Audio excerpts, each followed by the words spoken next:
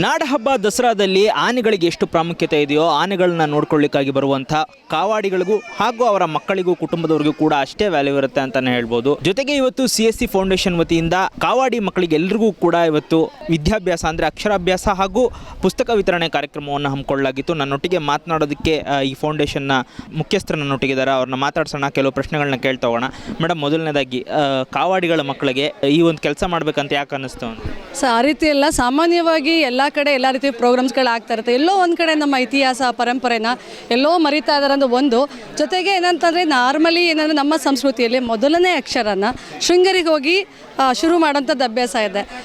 ಸ್ವಲ್ಪ ಮಂದಿ ಕೆಲವರು ಅನುಕೂಲ ಇರುವಂಥವ್ರು ಶೃಂಗೇರಿಗೆ ಹೋಗ್ತಾರೆ, ಮಾಡಿಸ್ಕೊಂಬರ್ತಾರೆ. ಆದರೆ ಇವರೆಲ್ಲ ಕಾಡಲ್ಲಿ ವಾಸ ಆಗಿರೋಂಥ ಇವ್ರಿಗೆ ಅಂಥ ಅವಕಾಶಗಳೇ ಸಿಗಲ್ಲ. ಸೊ ಅಂಥ ಅವಕಾಶಗಳಿಗೆ ವಂಚಿತರಾಗಿರ್ತಾರೆ. ಆ ಥರಗೆ ಮತ್ತು ಅವ್ರು ಕಾಡಲ್ಲಿರೋ ಸ್ಕೂಲ್ಗೆ ಹೋಗ್ತಾರೋ ಅಥವಾ ಅವ್ರ ಎಜುಕೇಷನ್ ಸಿಗ್ತಾರೋ ಇಲ್ವೋ, ಈ ಒಂದು ಕಾರ್ಯಕ್ರಮ ಮುಖಾಂತರ ಉತ್ತೇಜನ ನೀಡಿ ಅವರು ಕೂಡ ಶಾಲೆಗಳಿಗೆ ಹೋಗಿ ಅಕ್ಷರ ಕಲಿತು ವಿದ್ಯಾವಂತರಾಗಬೇಕು ಅನ್ನೋ ನಿಟ್ಟಲ್ಲಿ, ಜೊತೆಗೆ ನಮ್ಮ ಪರಂಪರೆ ಇತಿಹಾಸನ ಉಳಿಸಬೇಕು ಅನ್ನೋ ನಿಟ್ಟಲ್ಲಿ ಅಕ್ಷರಾಭ್ಯಾಸ ಕಾರ್ಯಕ್ರಮವನ್ನು ಮಾಡ್ತಾ ಇದ್ದೀವಿ. ನೀವು ಇದೇ ರೀತಿ ಅಂದರೆ ಈಗ ಹೇಳಿದ್ರಿ ಪರಂಪರೆ ಉಳಿಸೋ ನಿಟ್ಟಿನಲ್ಲಿ ಕೆಲಸಗಳು ಮಾಡ್ತಾ ಇದ್ದೀವಿ ಅಂತ. ಈ ರೀತಿ ಎಷ್ಟು ಕೆಲಸಗಳು ಮಾಡಿದರೆ ಇದುವರೆಗೂ ಅಂತ ನಿಮ್ಗೆ ತಿಳಿದ ಮಟ್ಟಿಗೆ?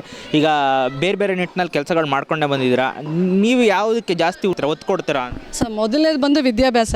ಅದಾದ ನಂತರ ಈಗ ನಮ್ಮ ಮೈಸೂರು ಅಂತನ್ನುವಾಗ ನಮ್ಮ ಮೈಸೂರಲ್ಲಿ ನಮ್ಮ ಮಹಾರಾಜರುಗಳ ಫ್ಯಾಮಿಲಿಯವ್ರು ಕೊಟ್ಟಿರುವಂಥ ಕೊಡುಗೆಗಳು, ಅವುಗಳನ್ನ ಹೇಗೆ ಹೇಳಬೇಕು, ನಾವು ಯಾವುದೇ ಕಾಲಕ್ಕೂ ನಾವು ಅಂತಲ್ಲ, ನಮ್ಮ ಮುಂದಿನ ಯುವ ಪೀಳಿಗೆ, ನಮ್ಮ ಮಕ್ಕಳು ಮೊಮ್ಮಕ್ಕಳು ಯಾರಿದ್ದಾರೆ ಅವರೆಲ್ಲರೂ ಕೂಡ ಅವರನ್ನು ನೆನೆಯುವಂಥ ಒಂದು ಕೊಡುಗೆಯನ್ನು ಅವ್ರು ಕೊಟ್ಟಿದ್ದಾರೆ.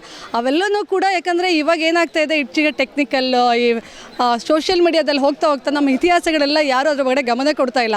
ಏನಾದರೂ ರೀಲ್ಸು, ಜೋಕ್ಸು ಮತ್ತೊಂದು ಅದೇ ಆಗ್ತಿದೆ. ಅದರಲ್ಲಿ ನಮ್ಮ ಇತಿಹಾಸದ ಒಂದಷ್ಟು ಕಥೆಗಳನ್ನು ಕೂಡ ಹೇಳುವಂಥದ್ದೆಲ್ಲ ಮರೆಯಾಗಿದೆ.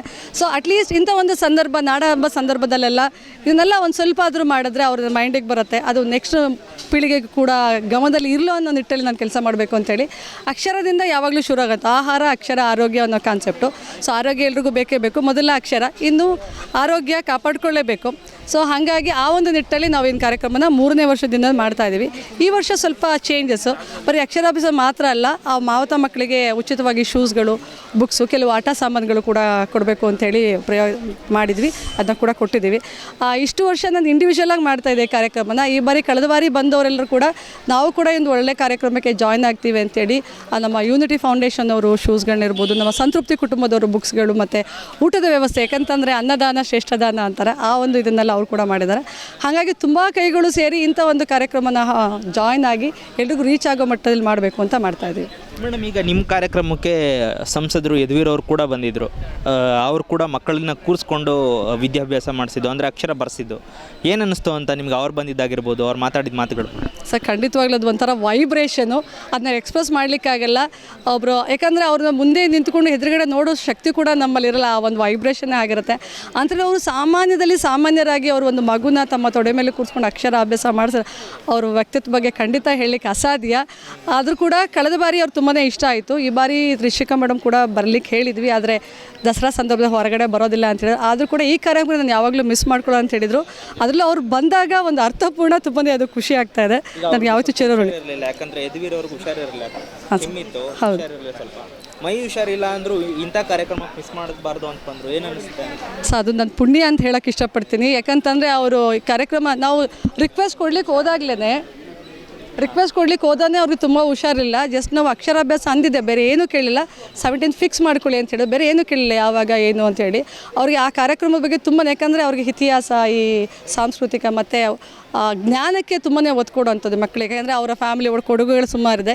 ಈ ರೀತಿ ನಾವು ಇವತ್ತು ಒಂದು ಮೂಮೆಂಟು ಕೂಡ ನಾವು ಕೊಟ್ಟಿದ್ದೀವಿ. ಅದರಲ್ಲಿ ಕೂಡ ನಮ್ಮ ನಾಲ್ವಡಿ ಕೃಷ್ಣರಾಜ ಒಡೆಯರ್ ಏನು ಕೊಡುಗೆ ಕೊಟ್ಟಿದ್ದಾರೆ, ಆ ಒಂದು ಕಾನ್ಸೆಪ್ಟಲ್ಲೇ ಮೂಮೆಂಟ್ಗಳನ್ನ ಮಾಡಿದ್ದೀವಿ. ಮೈಸೂರಿನಲ್ಲಿ ಅವರು ಮೆಡಿಕಲ್ ಕಾಲೇಜ್ ಇರ್ಬೋದು ಅಥವಾ ಹಾಸ್ಪಿಟಲ್ ಇರ್ಬೋದು, ಕ್ಯಾರ್ ಮಾರ್ಕೆಟು, ದೊಡ್ಡ ಗಡಿಯಾರ, ಈ ರೀತಿ ಆ ಒಂದು ಕಾನ್ಸೆಪ್ಟಲ್ಲೇ ನಾವು ಒಂದು ಮೂಮೆಂಟು ಮಾಡಿ ಅವ್ರಿಗೆ, ಯಾಕಂದರೆ ಕೊಡುಗೆಗಳನ್ನ ಮರೆಯೋಕ್ಕಾಗಲ್ಲ. ಒಂದು ಸಣ್ಣ ಅಲ್ಪದ ಎಲ್ಲೋ ಒಂದು ಅದನ್ನು ಮೆಲುಕು ಹಾಕಿದ್ರೆ ನಾವು ಋಣಮುಕ್ತರ ಆಗ್ಬೋದು ಅನ್ನೋ ನಿಟ್ಟಲ್ಲಿ ಈ ವರ್ಕ್ನ ಮಾಡ್ತಾಯಿದ್ದೀವಿ. ಈಗ ಮೇಡಮ್, ಅವ್ರು ಮಾತಾಡೋ ಸಂದರ್ಭದಲ್ಲಿ ಹೇಳಿದರು, ನೀವು ಮಾಡ್ತಾ ಇರೋ ಕೆಲಸ ತುಂಬ ಒಳ್ಳೆ ಕೆಲಸ, ಆದರೆ ಅದನ್ನು ದಸರಾದಲ್ಲಿ ಬಂದ್ ಮಾಡೋದಕ್ಕಿಂತ ಅಲ್ಲಿ ನೇರವಾಗಿ ಕಾವಾಡಿಗಳ ಸಮೀಪನೇ ಹೋಗಿ ಕಾಡಿನಲ್ಲಿ ಈ ಒಂದು ಕೆಲಸಗಳು ಮಾಡಿದ್ರೆ ತುಂಬ ಒಳ್ಳೆಯದಾಗುತ್ತೆ ಅಂತ ಹೇಳಿದ್ರು. ಯಾಕಂದರೆ ವರ್ಷಕ್ಕೆ ಒಂದೇ ಸತಿ ಅವ್ರು ಇಲ್ಲಿ ಬರ್ತಾರೆ, ಇಲ್ಲಿ ಕ್ಯಾಮ್ರಾ ಮುಂದೆ ಮಾಡೋದ್ರಿಂದ ತೋರಿಕೆ ಪಡಿಸ್ಕೊಂಡಂಗೆ ಆಗುತ್ತೆ. ನೇರವಾಗಿ ಅಲ್ಲಿ ಮಾಡಿದ್ರೆ ನಾವು ಕೂಡ ಅದಕ್ಕೆ ಸಪೋರ್ಟ್ ಮಾಡ್ತೀವಿ ಅಂತ ಹೇಳಿದ್ರು. ನಾವು ನೋಡಿದ್ವಿ ಅದನ್ನು. ಏನು ಅನ್ನಿಸ್ತು ಆ ಮಾತುಗಳು ಕೇಳಿ? ಇಲ್ಲ ಸರ್, ತುಂಬಾ ಖುಷಿ. ಆ್ಯಕ್ಚುಲಿ ಏನನ್ಬೇಕಂದ್ರೆ, ಒಂದು ನಾವು ನಮ್ಮ CSC ಸೆಂಟ್ರಲ್ಲಿ ಕೆಲವೊಂದು ಏನು ಮಾಡ್ತೀವಿ ಅಂತಂದರೆ, ಎಕ್ಸಾಂಪಲ್ ನಮ್ಮ ಸೆಂಟ್ರೇ ಇದೆ. ಸೊ ನಮ್ಮ ಸೆಂಟ್ರಿಗೆ ಬಂದಂಥ ಗ್ರಾಹಕರಿಗೆ ನಾವು ಅವ್ರಿಗೆ ಸರ್ವಿಸ್ ಕೊಡೋ ಬದಲು ನಾವೇನು ಮಾಡ್ತಾ ಇದ್ದೀವಿ ಅಂತಂದರೆ ಈಗ ಹಳ್ಳಿಗಳಿಗೆಲ್ಲ ಹೋಗಿ ಅವೇರ್ನೆಸ್ಗಳನ್ನ ಕೊಟ್ಟು ರೀಚ್ ಮಾಡುವಂಥ ಕೆಲಸ ಮಾಡ್ತೀವಿ. ಅದರಲ್ಲೂ ಮಹಾರಾಜರೇ ಅವರೇ ಈ ರೀತಿ ಹೋಗಿ ಮಾಡಿ ಅಂತ ಹೇಳುವಾಗ ನಿಜವಾಗ್ಲೂ ನನಗೆ ಸಿಕ್ಕಿರೋ ಅವಕಾಶ ಅಂತ ಭಾವಿಸ್ತೀನಿ. ನನ್ನ ಪುಣ್ಯ. ಖಂಡಿತವಾಗ್ಲೂ ಅವ್ರ ಹತ್ರ ಚರ್ಚೆ ಮಾಡಿ ಮುಂದಿನೆಲ್ಲ ಮೊದಲೇ ಪ್ಲ್ಯಾನ್ ಮಾಡಿದ್ವಿ. ಯಾಕಂದರೆ ಲಾಸ್ಟ್ ಟೈಮು ಸ್ವಲ್ಪ ಕಡಿಮೆ ಮಂದಿ ಇದ್ದರು. ಆಗ ಒಂದಷ್ಟು ಜನ ಪಬ್ಲಿಕ್ಸ್ ಯಾಕೆ ಪರ್ಮಿಷನ್ ಇಲ್ಲ ಅಂತೇಳಿ ಇದು ಮಾಡಿದ್ರು. ಬಟ್ ಕಾರ್ಡ್ನಲ್ಲೆಲ್ಲ ಅವ್ರು ಎಲ್ಲೇ ಹೇಳಿದ್ರು ಕೂಡ ಮೊದಲು ಈಗ ಸರ್ ಹೇಳಿದ ಗಮನಕ್ಕೆ ತೊಗೊಂಡು ಬಂದು ಖಂಡಿತವಾಗ್ಲೂ ನೆಕ್ಸ್ಟ್ ಇಯರ್ ನಾವು ಅದನ್ನು ಅಲ್ಲೇ ಮಾಡ್ತೀವಿ ಸರ್. ಅಥವಾ ಈಗ ಪ್ರತಿ ವರ್ಷ ಜೂನಲ್ಲಿ ಶಾಲೆ ಸ್ಟಾರ್ಟ್ ಆಗುತ್ತಲ್ಲ, ಆ ಒಂದು ಸಂದರ್ಭದಲ್ಲಿ ಮಾಡಲಿಕ್ಕೆ ಟ್ರೈ ಮಾಡ್ತೇನೆ. Okay, thank you sir. Thank you. So ಇದಿಷ್ಟು CSC ಫೌಂಡೇಶನ್ನ ಅಧ್ಯಕ್ಷರಾಗಿರುವಂಥ ಯಶೋಧ ಅವರ ಮಾತಾಗಿದೆ. ಕ್ಯಾಮ್ರಾಮ್ಯಾನ್ ಪ್ರಜ್ವಲ್ ಜೊತೆ ರವಿಕಿರಣ್, ನನ್ನೂರು, ಮೈಸೂರು.